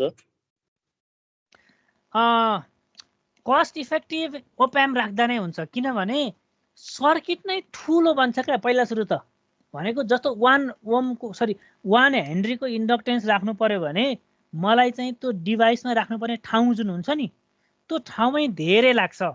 जब ठाउँ धेरै लाग्छ भनेपछि त डिभाइस त ठुलो बन्यो। कस्ट इफेक्टिभका हिसाबमा पनि ओप एम्प राख्नुभन्दा के अरे इन्डक्टर राख्नुभन्दा ओप एम्प नै राख्नु बेस्ट हुन्छ। कस्ट मात्रै नहेरेर सर्किट स्टेबल पनि त हुनु पर्यो। जस्तो तिमीले 2 भोल्टको एम्प्लाई गर्यो, एउटा सप्लाई सोर्स दियौ, तर त्यो इन्डक्टरको कारणले चाहिँ ब्याक इएमएफ जेनेरेट गरेर मेरो कुनै पार्ट्सहरू चल्नको लागि 2 भोल्ट चाहिन्थ्यो भने उसले ब्याक इएमएफ गरिदिएको भएर 2 नदिकन कति दिन्छ त भन्दा 1.6 दियो फर इक्जाम्पल। भनेपछि त मैले 0.4 भोल्ट त मैले एक्स्ट्रा लगाउनु पर्यो नि त अब त, किनभने 0.4 भोल्ट EMF को लागि चाहिँ बाई वे पाथमा जाँदाखेरि त्यसले नेगेटिभ बनाइदिन्छ, त्यही भएर पनि मैले एक्स्ट्रा भोल्टेज दिनुपर्ने हुनसक्छ। त्यसले गर्दाखेरि त त्यो इन्डक्टरको भ्यालु चाहिँ अनि बढाउने घटाउने भन्ने कुरा चाहिँ त्यो इन्डक्टर कोइल जुन छ त्यसले फरक पार्छ के। भनेपछि कस्टको हिसाबमा चाहिँ स्योरली नै एक्टिभ फिल्टर भएको, एक्टिभ भनेको ओप्याम्प भएको फिल्टर नै बेस्ट हुन्छ। बुझ्यो? बुझेँ सर। अब कस्टको हिसाबमा जहिले पनि ओप्याम्प नै ठिक हो, किन भन्दाखेरि इन्डक्टेन्स चाहिँ मेन कुरा त सर्किट एकदमै ठुलो बन्छ। जस्तो तिमीले मोबाइल फोन जुन बोकिरहेछौ हामीले, त्यो मोबाइल फोन बोक्दाखेरि चाहिँ अहिले 6.5 इन्चको बोकिरहेछौँ भने इन्डक्टर राख्यो भने 10 इन्चको बनाउनु पर्छ। त्यसले त हामीलाई त कस्ट बढाउँदै जानु पर्यो। टिभीको कुरा गरौँ, टिभीको सर्किट बनाउने बेलामा मेरो टिभी चाहिँ जस्तो मलाई 5.6 इन्चको चाहिँ मलाई एउटा स्क्रिनको सबै स्पेसिफिकेसन भएको चाहिँ सानो टिभी चाहियो भन्यो भने त बनाउन सम्भवै हुँदैन। जहिले पनि सर्किटहरू त हामीलाई सिम्पल चाहियो, सानो चाहियो, पोर्टेबल चाहियो, लेस पावर कन्ज्युम्ड चाहियो। त्यो कुरा चाहिँ इन्डक्टरले चाहिँ हिन्ड्रेन्सेसको रूपमा काम गरिदिन्छ, त्यही भएर इन्डक्टरलाई हटाउनै पर्छ भन्ने कन्सेप्ट राखेको। अनि अब आजको कन्सेप्टमा चाहिँ हामीले यो टाओ थमसमा जान्नुपर्ने भनेको चाहिँ टाओ थमसको यो इक्वेसन स्ट्यान्डर्ड इक्वेसन डिराइभ गर्न जान्नु पर्यो। स्ट्यान्डर्ड इक्वेसन डिराइभ गरिसकेपछि न्युमेरिकल गर्न जान्नु पर्यो। लो पासको कुरा गरिरहेको छु है मैले, लो पास फिल्टरको। त्यो लो पास फिल्टरको टाओ थमसको स्ट्यान्डर्ड इक्वेसन, त्यसपछि सर्किट, त्यसपछि प्र्याक्टिकल्ली रियलाइजेबल भ्यालुज बनाउन जान्नु पर्यो। प्र्याक्टिकल्ली रियलाइजेबल भ्यालुज बनाउने भनेको चाहिँ स्केलिङ गर्ने, फ्रिक्वेन्सी स्केलिङ पनि गर्नु पर्यो, म्याग्निट्युड स्केलिङ पनि गर्नु पर्यो। क्यापासिटरको केस हो भने चाहिँ म्याग्निट्युड र फ्रिक्वेन्सी दुईटै स्केलिङमा काम गर्न पाइन्छ। तर रेसिस्टेन्सको केसमा त फ्रिक्वेन्सी इन्डिपेन्डेन्ट कम्पोनेन्ट हो रेसिस्टेन्स, भनेपछि त हामीले फ्रिक्वेन्सी छुन पाइएन त्यसमा। त्यही भएर त्यसमा चाहिँ जस्ट हामीसँग भएको के भन्छ म्याग्निट्युड स्केलिङ मात्रै गर्नु पर्यो रेसिस्टेन्सको केसमा चाहिँ। त्यसरी चाहिँ न्युमेरिकल सोल्युसन गर्न चाहिँ जान्नु पर्यो। यो एक्जाममै आएको क्वेसन हो, त्यही भएर आइ पनि रहेको हुन्छ। अनि गेन भनेको चाहिँ लो पास फिल्टरमा R2/R3 हुन्छ, त्यो चाहिँ जान्नु पर्यो। भनेको फिडब्याकको रेसिस्टेन्स बाई भोल्टेजको रेसिस्टेन्स जति छ सोर्स भोल्टेजको त्यसको रेसियो भनेको चाहिँ गेन हो, त्यो चाहिँ जान्नु पर्यो। यदि जानेपछि चाहिँ अनि अर्को जान्नुपर्ने भनेको यो हो, 4 ओप्याम्पको बाइकवार्ड सर्किट बनाउन जान्नु पर्यो। भनेको सर्किटमा 4 ओप्याम्प भएको सर्किट छ भने त्यो कसरी युज गर्ने भन्नेको चाहिँ जान्नु पर्यो। त्यो फिगर बनाउन जान्नु पर्यो। मेनली कुरा चाहिँ यो कुरा चाहिँ यो पछाडिपछि नै टाओ थमस चाहिँ सकिन्छ। त्यसपछि जानुपर्ने भनेको बल्ल सालेन की हो। सालेन कीमा चाहिँ हामीले मेन पहिला सुरु सर्किट पहिला जस्तो हजुर त्यो अगाडिको मतलब बाइकवार्डको मतलब चाहिँ के हो र यति बेला? मैले बुझिन तिमीले भनेको। बाइकवार्ड भन्ने जुन टर्म युज भयो नि त्यसको खास मिनिङ चाहिँ के हो र यो सर्किटमा? ए यस्तो हो के, बाई भनेको 2 हो के। यो क्वाड्रेटिक इक्वेसन जुन आइरहेछ नि हाम्रो सर्किटको ओप्याम्पहरू बनाउँदाखेरि, जस्तो यहाँ फरक सुरुमा हेरौँ न हैन, यो बाइकवार्ड भनेको हैन हौ? हजुर सर, हजुर हो। अहिलेसम्म हामीले जुन यो अघिल्लो क्लासमा के पढ्यौँ भन्दाखेरि हाम्रोमा आएको सर्किटमा जस्ट के आउँछ भन्दा क्यापासिटर र इन्डक्टर मात्रै आउँछ र एउटा मात्रै टर्म आउँछ। एउटा मात्रै टर्म आउने भन्दाखेरि चाहिँ हाम्रो सर्किटलाई जुन कम्पोनेन्ट्सहरू चाहिरहेको थियो त्यसले चाहिँ सिङ्गल पावरवाला दियो। अब सर्किट चाहिँ दुईटा ओप्याम्पहरू जोड्यो भने त त्यो क्वाड्रेटिक दुईटा जोडियो के। भनेको तिमीलाई मैले अझै बुझाउँछु, पखाइ एक सेकेन्ड। यो च्याप्टर 5 मा पखाइ त मैले जस्तो यहाँ बनाएँ, यो एउटा इक्वेसन भयो, यसले चाहिँ यस मात्रै दियो, यसले यस मात्रै दियो। तिमीले यस्ता चाहिँ सिरिजमा राख्दै राख्दै गयो भने त एउटाले यस दिन्छ अर्कोले यस दिन्छ, यस इन्टु यस गर्यो भने त अब यस स्क्वायर बन्यो। त्यो यस स्क्वायर बन्यो भनेको तिमीले दुईटा क्वाड्रेटिक इक्वेसन भएको सर्किटहरू चाहिँ राख्दै गएको छौ है, त्यो भन्न खोजेको हो के।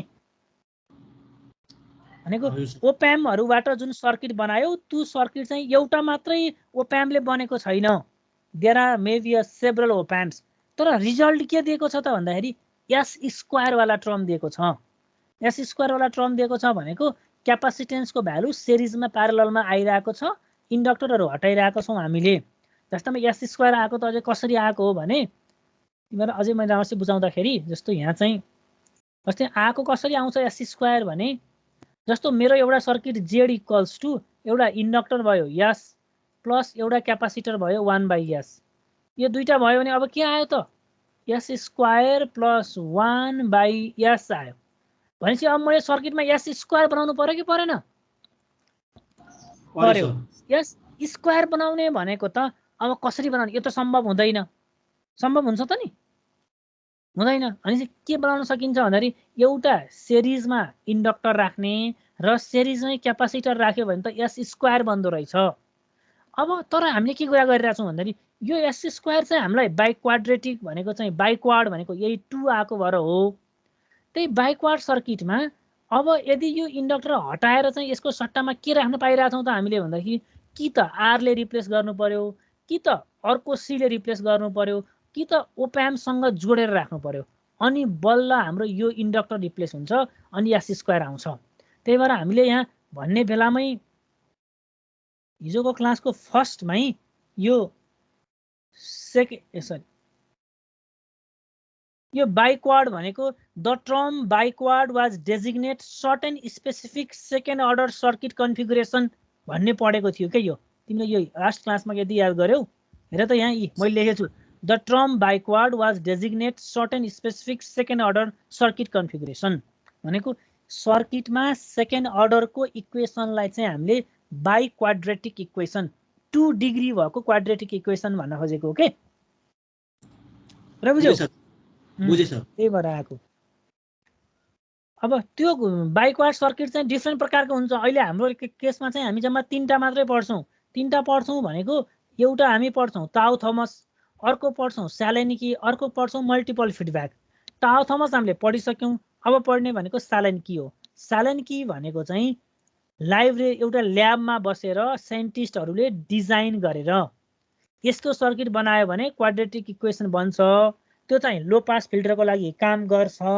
हाई पास फिल्टर पनि बनाउन मिल्छ फेरि लो पास मात्रै होइन हाई पास फिल्टर पनि बनाउन मिल्छ पहिला सुरु हाम्रो डिजाइनमा चाहिँ हाम्रो यो ब्याचलरको कोर्समा चाहिँ लो पास फिल्टरकै मात्रै सोधेको भएर लो पास फिल्टर बनाउँछ त्यसको लागि चाहिँ स्ट्यान्डर्ड इक्वेसन यो हुन्छ भनेर डिफाइन गरेको स्यालेन्कीले यहाँ अब स्यालेन्कीमा चाहिँ अब हामीले यसरी यो अब जस्तो यहाँ R1 किन लेख्यो भन्ने कुरा त होइन यो रेसिस्टेन्सको भ्यालु R1 लाई नोटिफिकेसन गर्यो यसलाई R2 बनायो यहाँ क्यापासिटर फिडब्याकमा राख्यो दुईटा रेसिस्टेन्स चाहिँ यहाँ डिभाइडर भोल्टेज डिभाइडर यसरी भोल्टेज डिभाइडर गर्नको लागि चाहिँ इम्पिडेन्स डिभिडेन्ट रुल लगायो त्यसपछि अर्को क्यापासिटर चाहिँ यहाँ राख्यो यो C1 भयो यो C2 भयो क्यापासिटरको भ्यालु अब यसको क्यापासिटेन्स लेख्नु पर्यो भने 1/C1s 1/C2s भनेर लेखेको अब भोल्टेज लेख्नु पर्यो VA र VB भन्ने टर्म यहाँ आएको छ यहाँ छुटेछ म लेखिदिन्छु है यो चाहिँ तिमीहरूले पनि आफ्नो कपीमा लेख्ने बेलामा त्यहाँ मिलाउनु यो चाहिँ VA हो त्यसपछि यो चाहिँ VB हो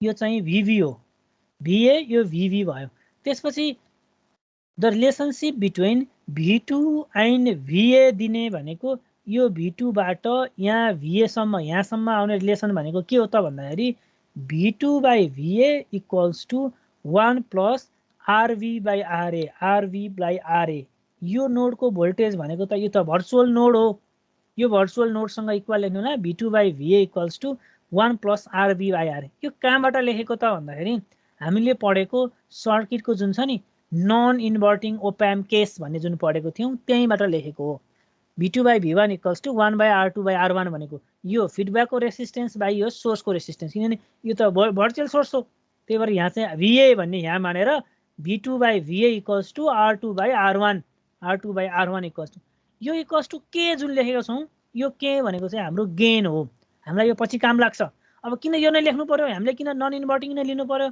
इन्भर्टिङ लेखेको भए के हुन्थ्यो यो चाहिँ क्वेसन हुँदैन नि किनभने यो त ल्याबमा गरेर हेरेको हो कि यो रिजल्ट कस्तो आउँछ भनेर टेस्ट गरेर रिजल्ट निकालेको हो R2/R अब VA भनेको चाहिँ के लेख्न सकियो भन्दा V2/K लेख्न सकिन्छ जहाँ के भनेको चाहिँ के मान्न सकियो भन्दाखेरि गेन मान्न सकियो द्याट इक्वल्स टु के that is V2/VA equals to V2/K भनेको यति टर्म के भनेको चाहिँ अहिले के मान्यौँ हामीले भन्दाखेरि the gain K equals to 1 plus RB/RA अब यो फिडब्याकको रेसिस्टेन्स हो यो अब एनालाइसिस गर्ने बेला अझै आउँछ now applying KCL at node A यहाँ त मैले लेखेको छु यहाँ चाहिँ लेख्न बिर्सेको रहेछु होइन VA र VB ल यो सर्किटलाई चाहिँ सजिलो होस् यहाँ फर्काउनु नपरोस् भनेर मैले यहाँ राखेको है। जस्तो यो मेरो VA हो, यो मेरो VB हो। अब मैले नोड A मा लगाएँ भनेको यसमा नोडमा लगाएँ भने VA minus VB by R लेख्नु पर्यो, R2। यो R2 भएपछि R2 यानी भोल्टेज बाई करेन्ट भयो नि, प्लस त्यसपछि यो तलपट्टिको लागि हेर्नु पर्यो नि, यो त 0 भोल्टेज हो भनेपछि VA इन्टु C2S लेख्यो हो, अथवा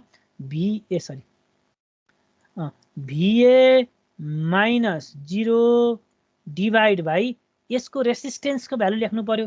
रेसिस्टेन्स भनेको कति हो त भनेको XC हो। XC भनेको कति हो V बाई R लेख्नु पर्ने हो नि त।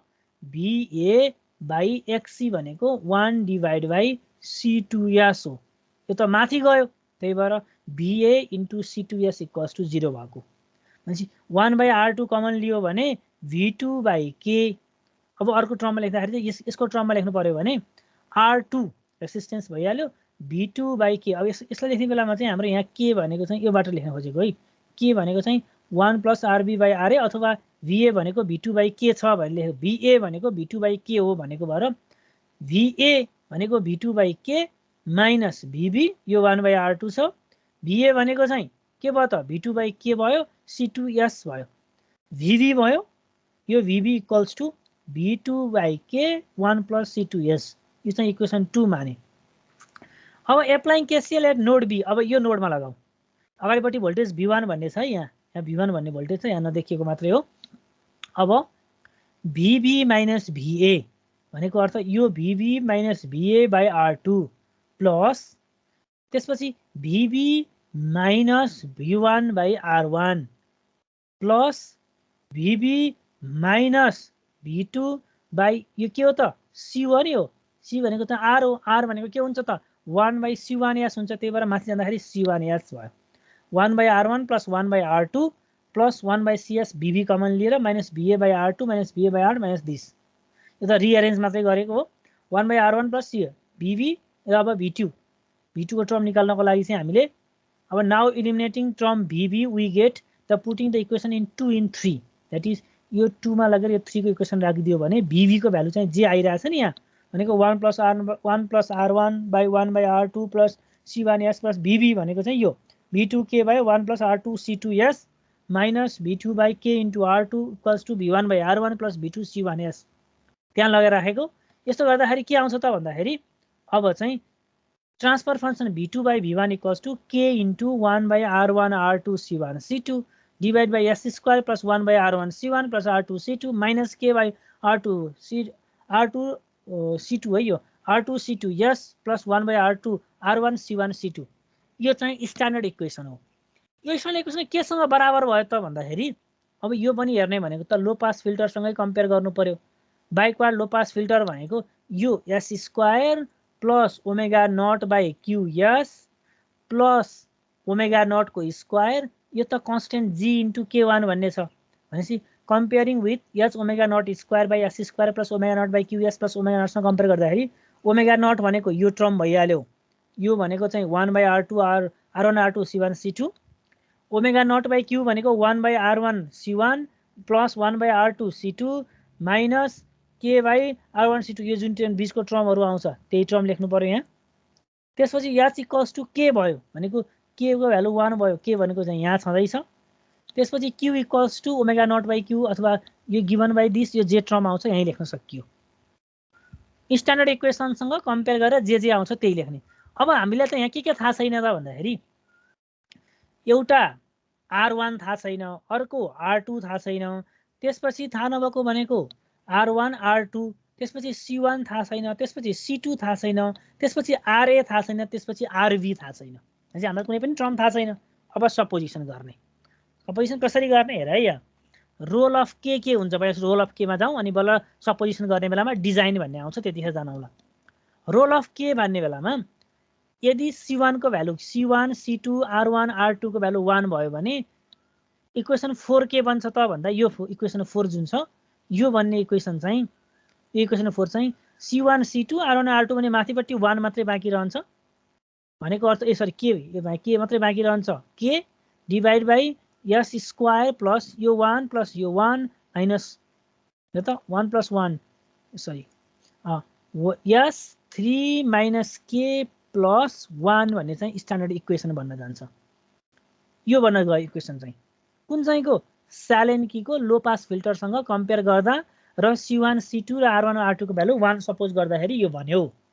अब यो S² + S3 - K + 1 भन्ने भयो भने हाम्रोमा हामी के गर्न सक्छौँ त भन्दाखेरि पोल कहाँ पर्छ भनेर थाहा पाउन सक्छौँ। भनेको अब जस्तो तिमीहरूले S² + 2S + 1 = 0 लेख्दाखेरि चाहिँ पोल्स फाइन्ड गरे जस्तै गरेर S² + S3 - K + 1 = 0 गर्यो भने चाहिँ कहाँ पर्ने भयो त भन्दाखेरि एउटा चाहिँ S = -1 मा पोल पर्ने भयो। अर्को भनेको चाहिँ के को भ्यालु 3 हुँदाखेरि S² + S3 - K + 1 हुँदाखेरि S = ±J मा पर्ने भयो। सर्किट बनायो भने के को भ्यालु यस्तो 1 बन्छ। त्यसपछि ओमेगा नट को भ्यालु इन्फिनिटीमा आउँछ। के को भ्यालु 1 हुँदाखेरि यस्तो बन्छ। त्यसपछि Q को भ्यालु चाहिँ 1/2 बन्छ। भनेको अर्थ यदि K को भ्यालु 1 भयो भने भनेको यहाँ यदि K को भ्यालु 1 भयो भने त्यतिखेर क्वालिटी फ्याक्टर चाहिँ कति हुन्छ भन्दाखेरि 1/2 हुन्छ। यदि K को भ्यालु 3 भयो भने चाहिँ Q को भ्यालु कति आउँछ त भन्दाखेरि इन्फिनिटी आउँछ। यहाँ लगेर राख्ने के यहाँ यदि K को भ्यालु 1 भयो भने के हुन्छ, Q3 को भ्यालु भयो भने के हुन्छ, यहाँ -1 भयो भने 3 राख्ने। यहाँनेरि किन 1 र 3 राखेको भन्दाखेरि यो भ्यालुजहरू जुन छ त्यो भ्यालुजहरू चाहिँ नेगेटिभ हाफको मात्रै प्लेनमा लिने, पोजिटिभ हाफको भ्यालु चाहिँ 2, 4, 6 भन्ने चाहिँ राइट हाफमा पर्छ, तिनीहरू छोडिदिने। त्यतिखेर लिँदाखेरि 1 र 3 मात्र लिनुपर्ने हो। K को भ्यालु चाहिँ 2 पोल्स S = यति बन्न गयो। यो K alone can place the poles in the position to satisfy any of the Q requirement. Therefore, Q = 1/3 - K. अब यो K को भ्यालु चाहिँ स्ट्यान्डर्डको लागि मात्र लेखेको रोल अफ K फाइन्ड गर्नको लागि। डिजाइनमा यो रोल अर्कै हुन्छ। त्यतिखेर चाहिँ हामी डिजाइन अफ SK सर्किट स्यालेन्की सर्किटको लागि चाहिँ डिजाइन दिन्छ। डिजाइन 1, 2, 3, 4 चारवटा डिजाइन हुन्छ। मेनली 1 र 2 चाहिँ तिम्रो लागि इम्पोर्टेन्ट छ, किनभने एक्जाममा क्वेसन आउँदा पनि डिजाइन फलो गरेर ल गर भन्छ। भनेको डिजाइन 1 ले गर अथवा डिजाइन 2 ले गर अथवा डिजाइन 3 ले गर भनिदिन्छ, क्वेसनले तोक्छ। त्यही भएर तोकेरै गर्नुपर्छ। भनेपछि हामीले के जान्नु पर्यो भने K alone can be placed in the certain specify any of the Q requirements. Q को भ्यालु 1/3 - K हुँदो रहेछ भनेर जान्नु पर्यो। 3 - 1 यो K को भ्यालु 3 भयो भने चाहिँ Q को भ्यालु चाहिँ इन्फिनिटी हुने भयो। K को भ्यालु चाहिँ 1 भयो भने 1/3 - 2 भनेको 1/2 हुँदो रहेछ। भनेपछि त जहिले पनि स्ट्यान्डर्ड इक्वेसन Q = 1/3 - K भयो नि त। भनेपछि Q को भ्यालु 1/3 - K हुँदो रहेछ। Q भनेको K मा मात्र डिपेन्ड गर्दो रहेछ भनेर थाहा पाउनु पर्यो। अब डिजाइन स्टेप 1, 2, 3, 4 हुन्छ है। डिजाइन 2, डिजाइन 3, डिजाइन 4 त लेखेर हिँड्छु मैले, यहाँ थोरै लेखिदिएको छु। तर डिजाइन 1 र 2 चाहिँ मोस्ट इम्पोर्टेन्ट हो। डिजाइन 1 चाहिँ डिफल्ट डिजाइन भन्छौँ। क्वेसनले केही पनि भनेन भने पनि तिमीहरू डिजाइन 1 ले गर्छौ। क्वेसनले डिजाइन 2 गर अथवा डिजाइन 3 गर भन्यो भने त त्यही स्टेप फलो गर्छौ। क्वेसनले केही भनेन भने पनि हामी के गर्छौँ भन्दा डिजाइन 1 फलो गर्छौँ। That is equal elemental values हुन्छ, जसमा चाहिँ C1 र C2 को भ्यालु 1 फ्यारेड मान्ने, R1 र R2 को भ्यालु चाहिँ R मान्ने। मेन कुरा चाहिँ यो हो। नजुकने यहाँनेरि चाहिँ डिजाइन 1 मा हामी R1 र R2 लाई चाहिँ R मान्छौँ। तर डिजाइन 2 हो भने RA र RB लाई चाहिँ R मान्छौँ है। यहाँ डिजाइन 2 मा चाहिँ नजुकने एकदम यो कुरालाई चाहिँ मैले देखाउन खोजेको चाहिँ अहिले यति मात्रै हो। त्यसलाई हामीले इक्वल एलिमेन्टल भ्यालुज, किनभने भ्यालुजहरू इक्वल हुन्छ भनेर मान्छौँ। त्यो भ्यालुजहरू इक्वल हुन्छ भनेको अर्थ R1 र R2 को भ्यालु R हुन्छ। अब ओमेगा नट निकाल्ने भनेको त त्यही फर्मुला छँदैछ, R1 R2 C1 C2।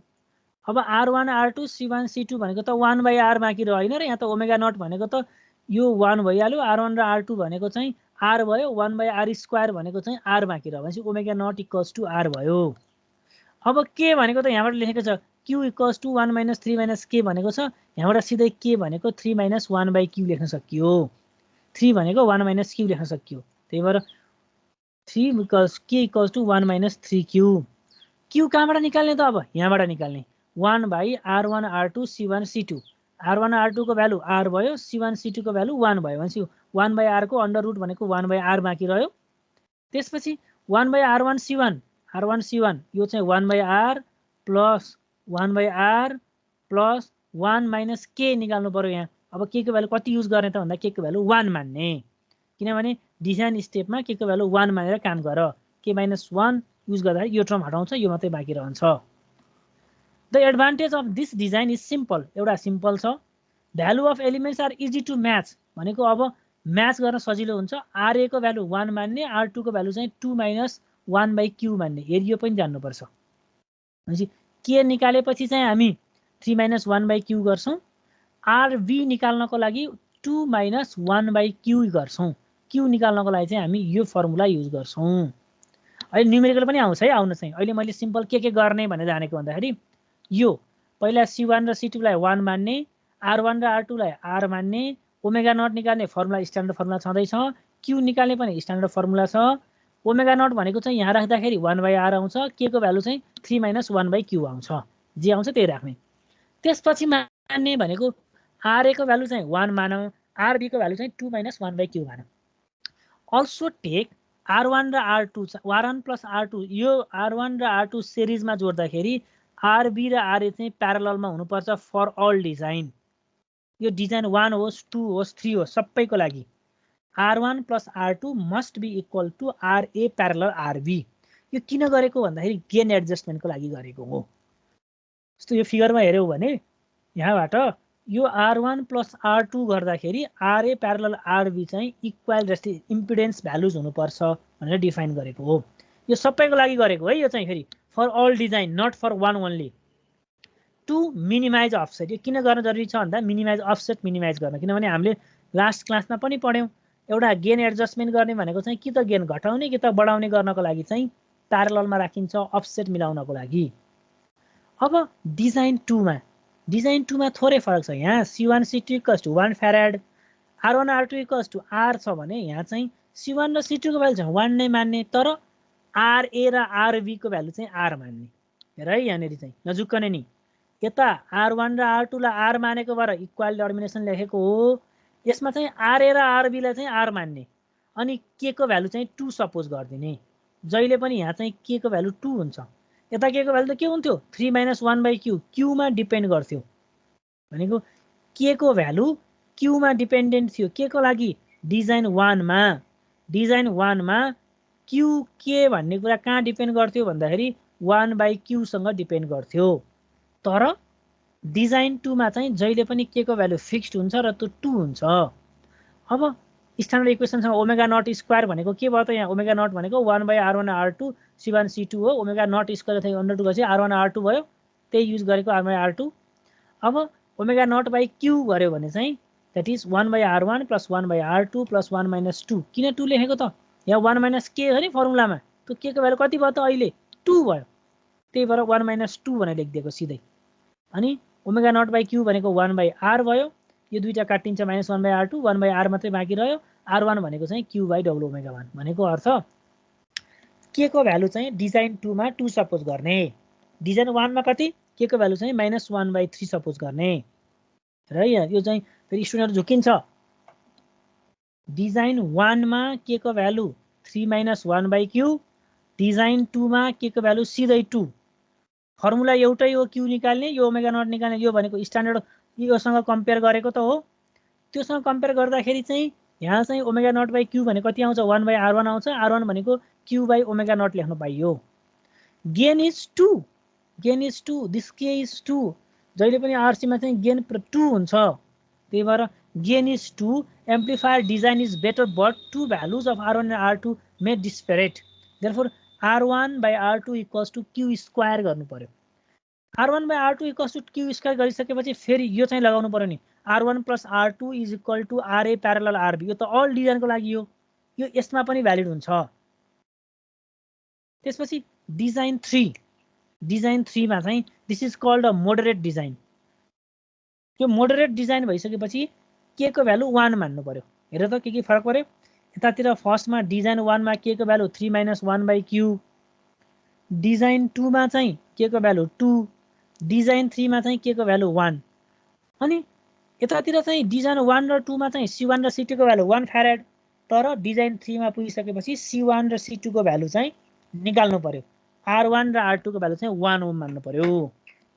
R1 र R2 को भ्यालु 1 ओम मान्ने, अनि बल्ल काम गर्ने।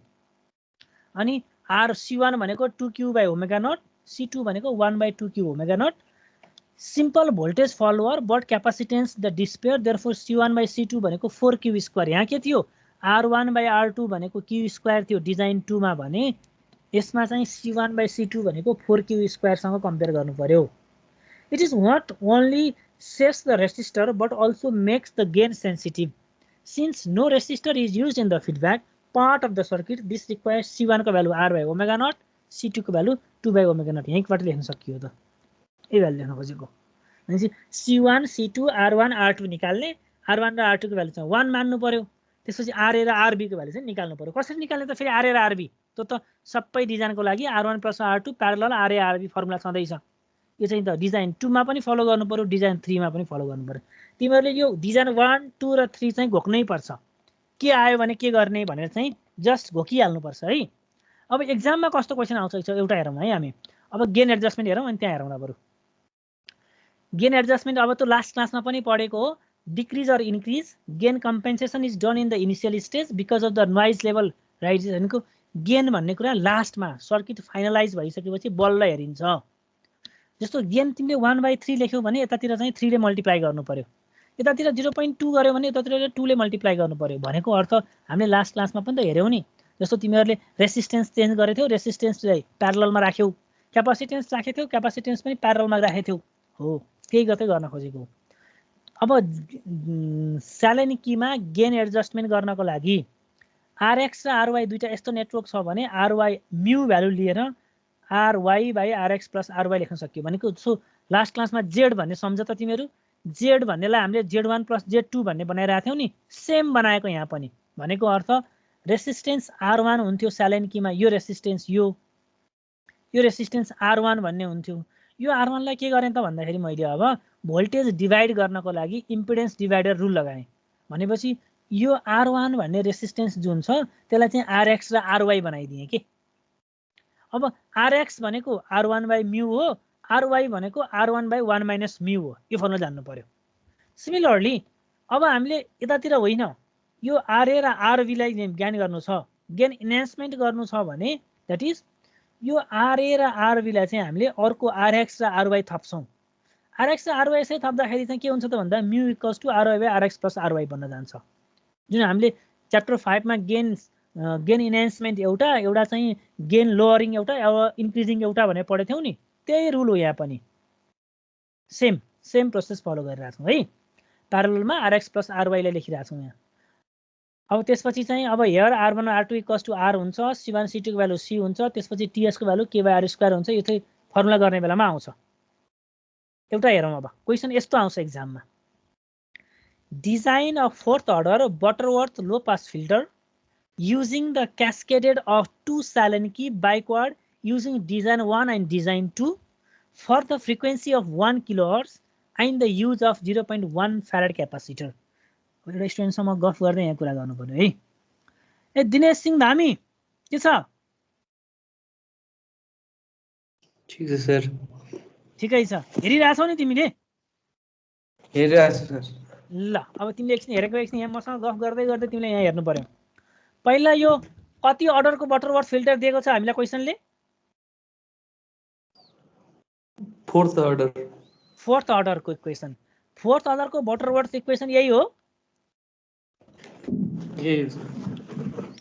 यही हो अब तिमीहरूलाई चाहिँ क्वेशनमा यो इक्वेसन दिएको हुँदैन तिमीहरू आफै जान्ने हो त्यसको लागि चाहिँ बटरवर्थको लागि चाहिँ यो अर्डर n को भ्यालु 4 भयो भने के गर्ने भनेर हामीले सिकिसक्यौ नि हैन र यो गरिसकेपछि अब हामीलाई क्वेशनले 4th order बटरवर्थ फिल्टर चाहिँ कसरी गर भनेछ भन्दा स्यालेन कीले युज गर भनेछ स्यालेन कीमा चाहिँ डिजाइन 1 र डिजाइन 2 दुईटै फलो गर भनेको छ डिजाइन 1 एन्ड डिजाइन 2 अनि फ्रिक्वेन्सीको भ्यालु कति राख भनेको छ 1 किलोहर्ट्ज फ्रिक्वेन्सी राख भनेको छ ओमेगा नट को भ्यालु 1 किलोहर्ट्ज त्यसपछि हामीले सर्किट बनाउने बेलामा फाइनल सर्किट कति हुनुपर्छ भन्दाखेरि सर्किटमा क्यापासिटरको भ्यालु 0.1 माइक्रोफाराड को क्यापासिटर हुनुपर्छ क्वेशनले दिएको यति हो एउटा 4th order बटरवर्थ फिल्टर दियो डिजाइन 1 र डिजाइन 2 लगा भनिरहेछ त्यसपछि फ्रिक्वेन्सी चाहिँ 1 किलोहर्ट्ज को हुनुपर्छ भनेको छ त्यसपछि लास्टमा सर्किटमा मेरो क्यापासिटरको भ्यालु चाहिँ 0.1 माइक्रोफाराड हुनै पर्छ है त्यो नभइकन त्यो प्र्याक्टिकली रियलाइजेबल भ्यालुज हो है मात्रै भन्न खोजेको। अब हेर है, पहिला सुरु त तिमीहरूले fourth order Butterworth low pass फिल्टरको यो स्ट्यान्डर्ड इक्वेसन लेख्न सिक्नु पर्यो। यसमा अब कसैले पनि केही भन्न पाउँदैन जान्दैन भनेर, किनभने जस्तो यस फर्स्ट अर्डर भयो भने S+1 भनेर पढ्यौँ हामीले। धामी सुनिरहेछ? ए धामी भाइ, सेकेन्ड अर्डर भयो भने मेरो इक्वेसन के हुन्छ मलाई ल भन। अर्को एकजनाले सोध्नु पर्यो, दुईजनालाई बनाउनु पर्यो प्यारलली, अनि जसले भन्छ त्यसैलाई सोध्नु पर्यो। सेकेन्ड अर्डर भयो भने मेरो बटरवर्थ फिल्टरमा के हुन्छ ल भन त। किरण तिमी पनि आउँछौ? आकाश, मोनिका? हजुर सर। ल एकछिन तिमी पनि बोल्दै गर, दुईजना है, धामी त मोनिका दुईटा बोल्ने है।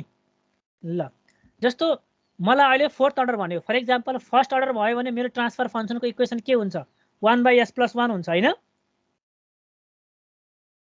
हो।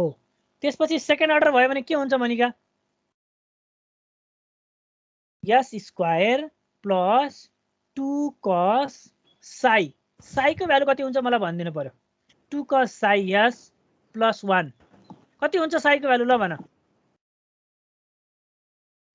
ए तिमीहरूलाई हामीले पढाएको होइन? यसरी सर्किट बनाउने।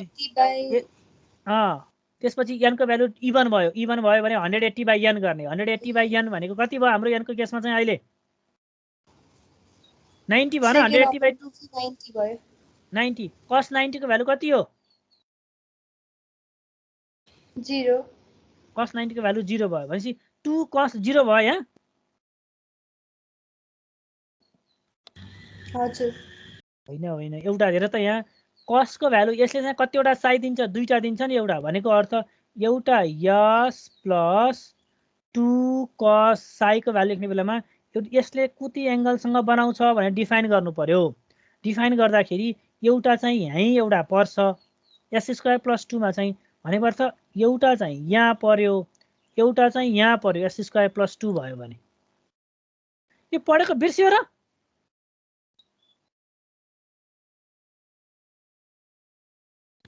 सर cos psi S को भ्यालुको 0 नै हुने भयो। म यहीँ तिमीलाई देखाइहाल्छु, किन हेर यहाँ हामीले यो पढेको होइन, यो हेर simple rule for determining it भनेर देखेछौ नि स्क्रिनमा त? ल हेर, that is simple rule for determining psi k, that is if n is odd then there is a pole at psi equals to 0 and n equals to even भयो भने psi equals to ±90/n को सेपरेसनमा हुन्छ। Separated by 180/n ले हुन्छ भनेको अर्थ अब n equals to 4 भयो अथवा n equals to 2 मात्रै भयो भने त यहाँ यसको लागि लेखौँ न। 4 भयो भने एउटा S² + 2 cos यो लेख्ने हो। हाम्रो त कति छ n को भ्यालु अहिले? 2 मात्रै छ हैन र? 2 छैन र? 2 छ भनेको अर्थ कति हुने भयो? 90/n हुने भयो कि भएन?